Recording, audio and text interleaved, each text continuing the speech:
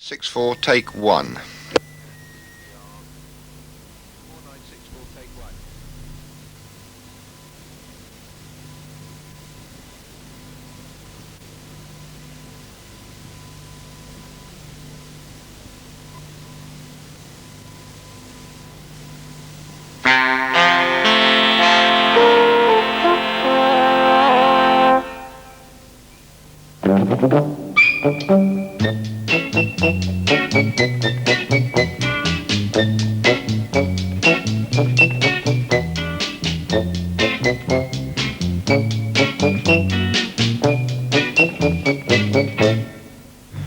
I suppose that for most people, when the word blacksmith is mentioned, the picture that comes immediately to mind is the village green, the spreading chestnut tree, the blazing forge, and that very distinctive sound of metal against metal. Well, nowadays, of course, that picture is very rare. Modern technology has seen to that. But here in a small village close to Reading, there's something pretty close to it. The village green is, well, tarmac, and it's used for parking cars. And the spreading chestnut tree is, in fact, a very fine spreading elm. But here is the smithy. Every day, starting at 7:30 in the morning, the anvil rings out. And the man who makes it ring is probably the oldest practicing smithy in the country. He's Jacob Pierce Print, and he's 89 years old. And for him, the business of making horseshoes is a very lively craft indeed.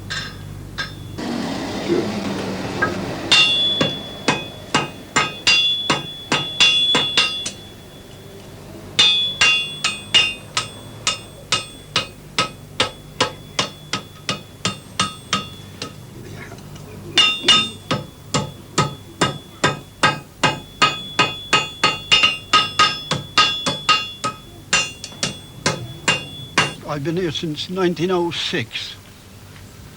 Before then I was at a place called Hensham, between Oxford and Whitney. And worked for, I think, about the hardest man as you could work for.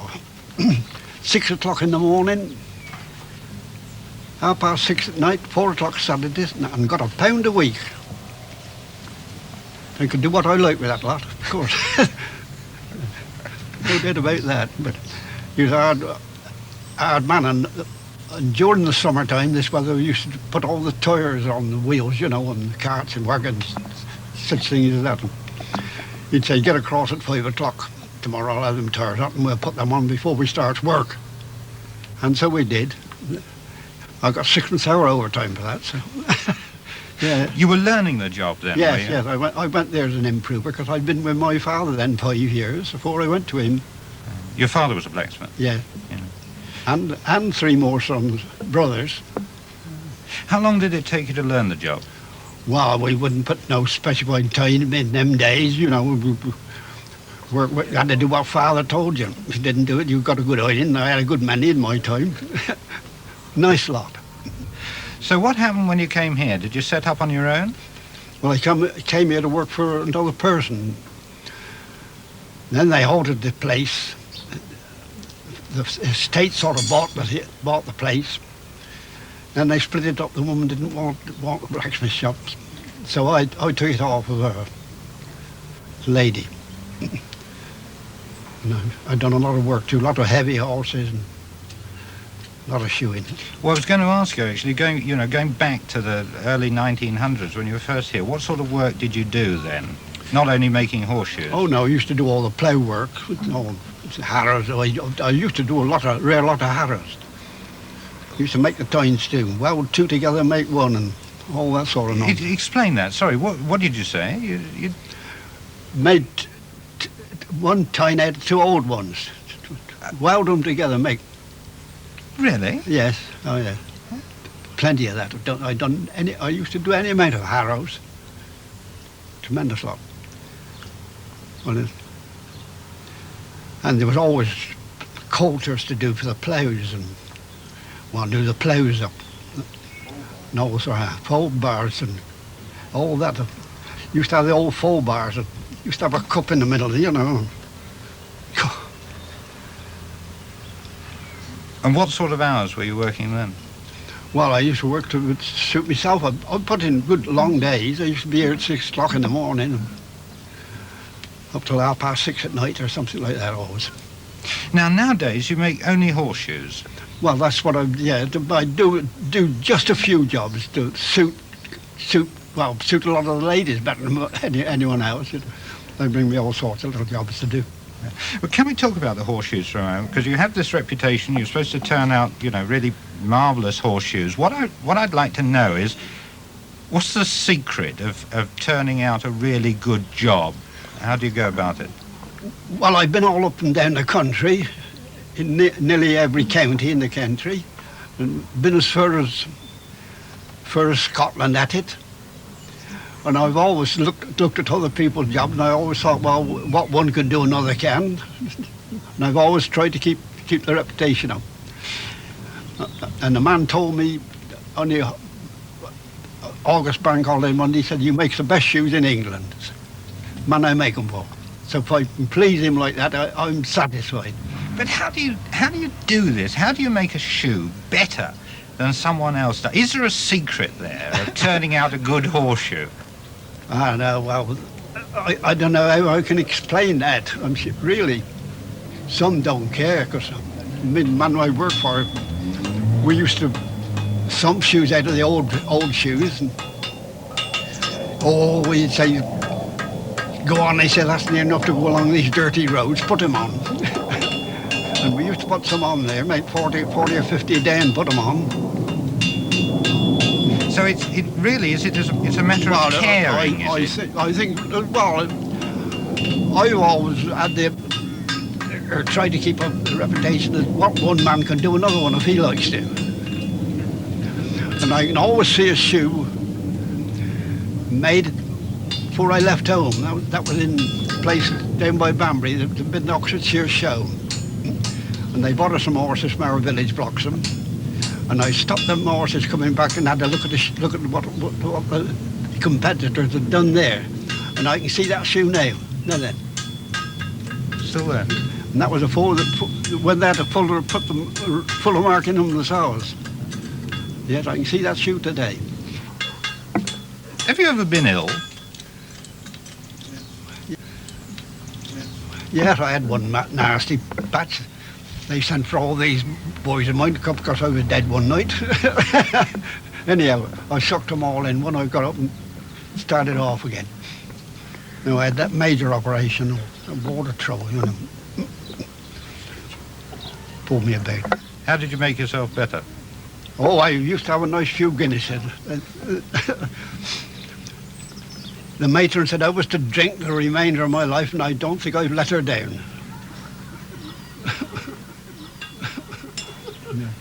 Mr. Print, are you still using the same equipment that you've always used? Have you made any concession at all to modernising your forge?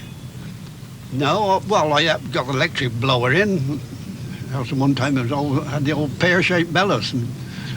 But today the firing as we use it is not the same, not within. The coke's nothing but filth. I use coke now. Well, one time we used to have some beautiful Smith's coal. And was it better with the hand bellows? Oh, that was. Then wouldn't blow it hot enough today, so some of it. What about that hammer? Because well, that hammer was in the shop before I was, and that's the same handle in it. And I've been using it. I didn't use it not a few years back, but because I had the proper shoe turning hammer. Had any of your sons taken up? Yes. Smithy way? There's one stand behind it now that used to do some of it. But my oldest son's in Oxford. He's the man you was a good interview. Because the last job he done, he said he made a screen for Exeter College Chapel in Oxford. The best job he'd ever done. Because he done a smart bit of fancy, I remember. Mr. Print, can I just ask you, look, you're 89 now, you've been here all your life, or you've been doing this sort of work all your life. Do you think now, at your age, there's any sort of future for young people in metal craft? Is there a future, or is it a dying one? Yes, no, it's not a dying. Neither the shoeing isn't a dying craft. People say so, but I always tell them it's not. I think they got about, in England, Scotland, Wales, they got about 83 apprentices now for the shoeing on the books. So it's still going? Yes, oh yeah. When are you going to retire? Not as long as I can use my arms. My fingers are getting a bit groggy, but not as long as I can use my arm and can make shoes to satisfy myself. I couldn't make them to satisfy myself. I should have a pack up then. This is one of the youngsters who decided to go through the quite rigorous training or qualifying to be a blacksmith. He's serving a 5-year apprenticeship with Richard Cornell, whose Rowhurst Forge near Leatherhead turns out a wide variety of wrought iron work. Richard, tell me something about the work you do here. What sort of thing do you produce? Well, the kind of thing that an apprentice might be making almost from the start would be something of this kind. Now, this is a candlestick with a rose in iron on the top and a basket twist there, which is one of the very first things an apprentice learns to do, and some fire-welded legs. And this is all hand-forged and fire-welded, and it provides very good grounding for them in the basic techniques of the craft. Tell me, something like that, which to me looks quite complicated, is it very far on from, say, making horseshoes? Is it the same basic skill involved? Well, farriery, which is the making of horseshoes and shoeing horses, is really a separate craft. Blacksmiths and farriers were perhaps the same man in villages some time ago, but the two crafts have divided now, and there's very much specialisation between farriers who stick to horses and the ornamental blacksmith who sticks to ornamental work. So you don't have anything to do with horseshoes at all? Not at all, no. Mm. On the sort of design that one sees in metalwork, I mean, this piece of work here, for instance, this strikes me as something that, I may be wrong, but it's been going on for hundreds of years, this twirl. What do you call this? Scroll. It's scroll work, is it? Is this the right impression? I mean, is this sort of thing ageless? Yes, well, to some extent it is. I don't know whether the Romans used this kind of thing, but certainly since the 12th, 13th centuries in England and France and Germany, this kind of design has been used, and that could very well have been made back then in the 13th century. There are screens at Chichester Cathedral, places of this kind, which are in existence, a similar style. Well, now, why is this? Why does this sort of basic pattern survive through the ages? Is it because in wrought iron work there's a lack of originality, or? I don't think so. It's a matter of technique, economy. To make a scroll, which is a volute, a spiral, one fills a space with an elegant design in an economical way. It follows a natural tendril-like form. A lot of the motifs of wrought ironwork are taken from nature, and particularly in modern wrought ironwork one sees this as well. We're going back to this, we're going back to natural motifs, rather as Art Nouveau did. The same influences are seen. The scroll is what most people, I think of when they think of wrought ironwork. They think of lots of S's and C's stuck together, and this of course isn't the whole picture. What is the whole picture? Well, the whole picture is that one, when designing a piece of wrought ironwork aesthetically,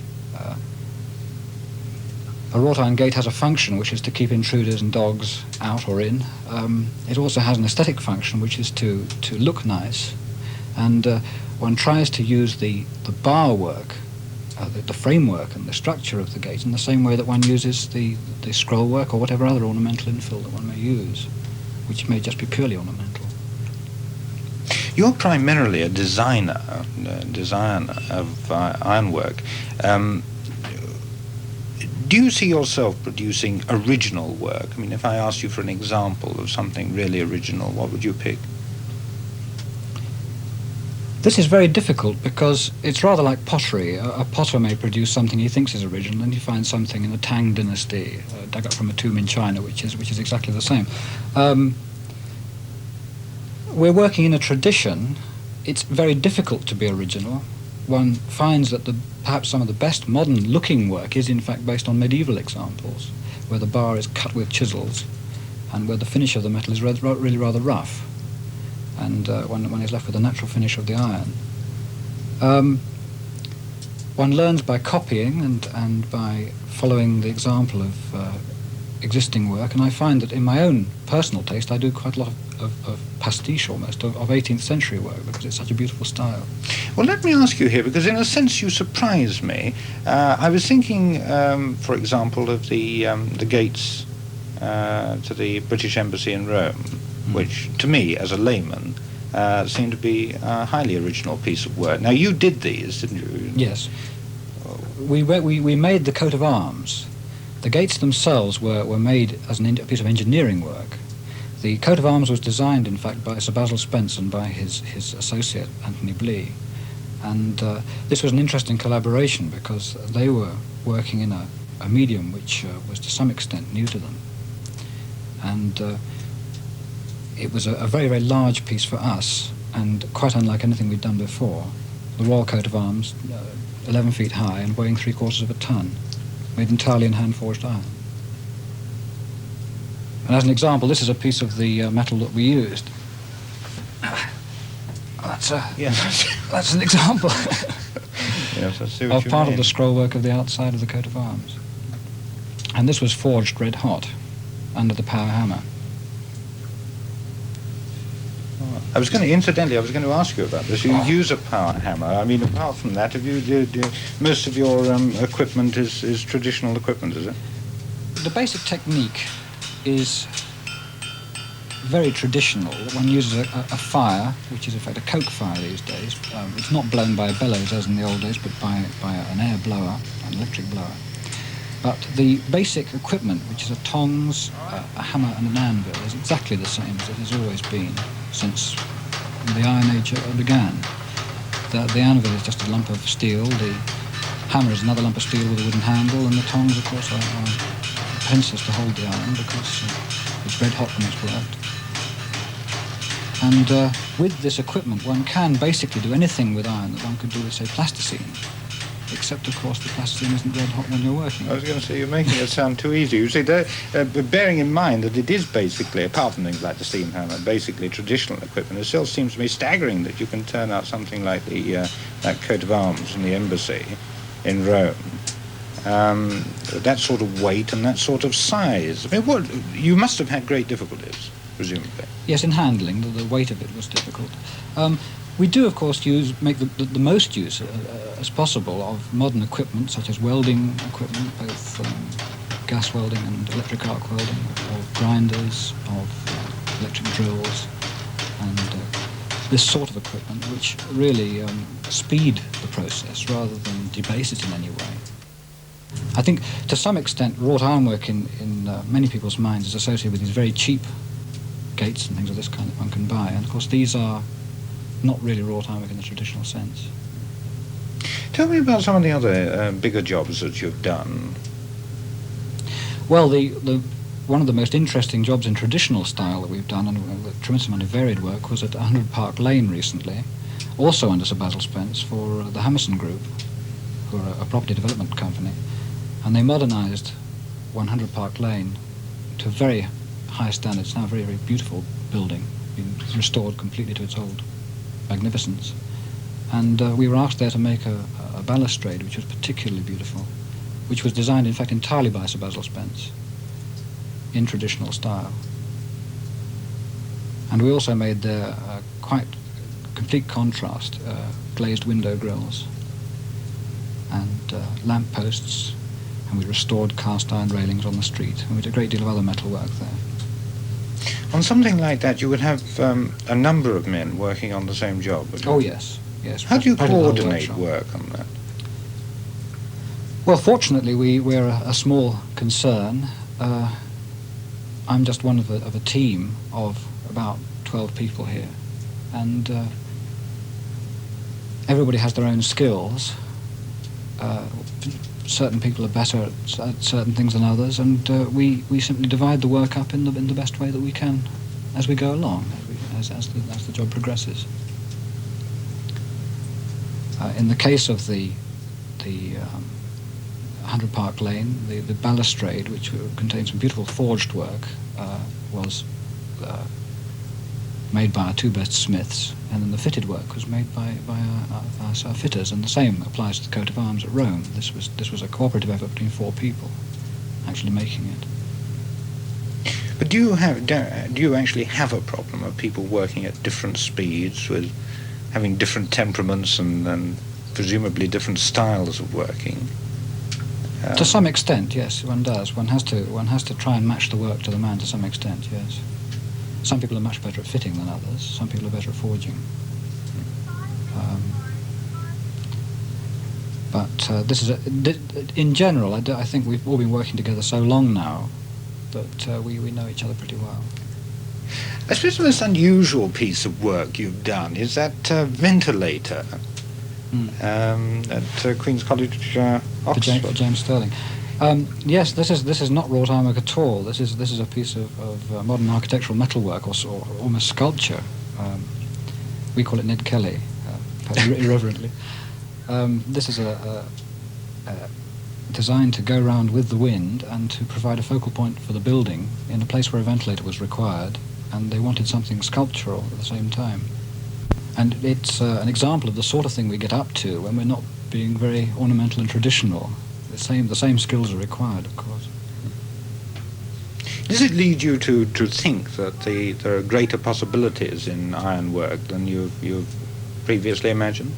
Well, yes, I think there are tremendous possibilities. One can see here this sort of thing. The plastic potentialities of wrought iron are tremendous. One can make chess sets, as well as the ordinary sort of thing that people think about, such as gates, grills, this sort of thing. But I wish that more architects and designers would think in terms of designing original works in ironwork, and taking advantage of its plastic qualities, because there's a tendency nowadays for architects to think in terms of engineering qualities of metals rather than in their plastic qualities. Isn't one of the problems that it turns out to be pretty expensive? This is a difficulty, yes. But, I mean, a lot of good things are expensive. Good glassware, good joinery work, good furniture are all very expensive. And I don't think our work is comparatively expensive viewed in those terms. So one of the things that interests me is that you're obviously several stages on from the single blacksmith, and yet you're not quite a factory. It's still a forge. You're not going in, say, for mass production. I wonder how you defend yourself against someone who says, well, why don't you go the full way and go in for mass production and turn out the stuff that way? Because there are people already doing this, because I don't want to do it. I want to go on producing things well, and the people who work for us want to go on doing this. We have our own market. It isn't only a luxury market in the sense of being only available to very wealthy people or to corporations. It's we do a tremendous amount of work for ordinary householders in the locality who have balustrades made, and window grills, door grills, light fittings, furniture made. And also we are the village blacksmiths even now in this area. For example, we sharpened up a couple of chisels this morning for a gentleman who walked in with them and said, could we sharpen up a couple of chisels? And this is something we do quite frequently, in fact, because there isn't anybody else in this area who can do this. And we're very happy to do it, of course. It's all grist to the mill. Do you see the firm getting any larger? I would like to see the firm getting a little larger, because I think the potential for growth is there, and also I wouldn't take on apprentices unless I thought the firm were capable of getting larger.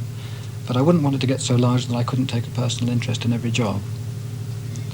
I think this is important. It's important to me, and I think it's important to the quality of the work that the firm should stay small enough so that the proprietor can take an interest in all the work that goes on. Can you see yourself doing a wider range of work? Well, we already do a very wide range, indeed. One couldn't possibly show you the range, but we work in other metals than iron. We work even in things like fiber, glass fiber, and we incorporate other materials into wrought iron designs, such as enamels and things of this kind. But I wouldn't want to go into the industrialized type of architectural metalworking field, where one is making aluminium-framed glazed walls and this sort of thing, windows. I think this is already very well covered by the people who are doing it. I think one of the best things you produce actually is that ornament hanging around your neck. Yes. which is made of what? Well, these are horse nails. These are the nails which are used actually for putting on horseshoes. This is a pony-sized nail. This is, I'm afraid, our only connection with traditional farriery. We buy horse nails for making wrought iron jewellery. They're such a lovely shape. This is again something else. It just shows the scope of what we can do, and that one can make something as big as the coat of arms at Rome, enormously heavy, and something as small as this hanging around my neck. Well, I'm glad to see that there is some connection with the really old craft. Richard Cornell, thank you very much indeed. Thank you.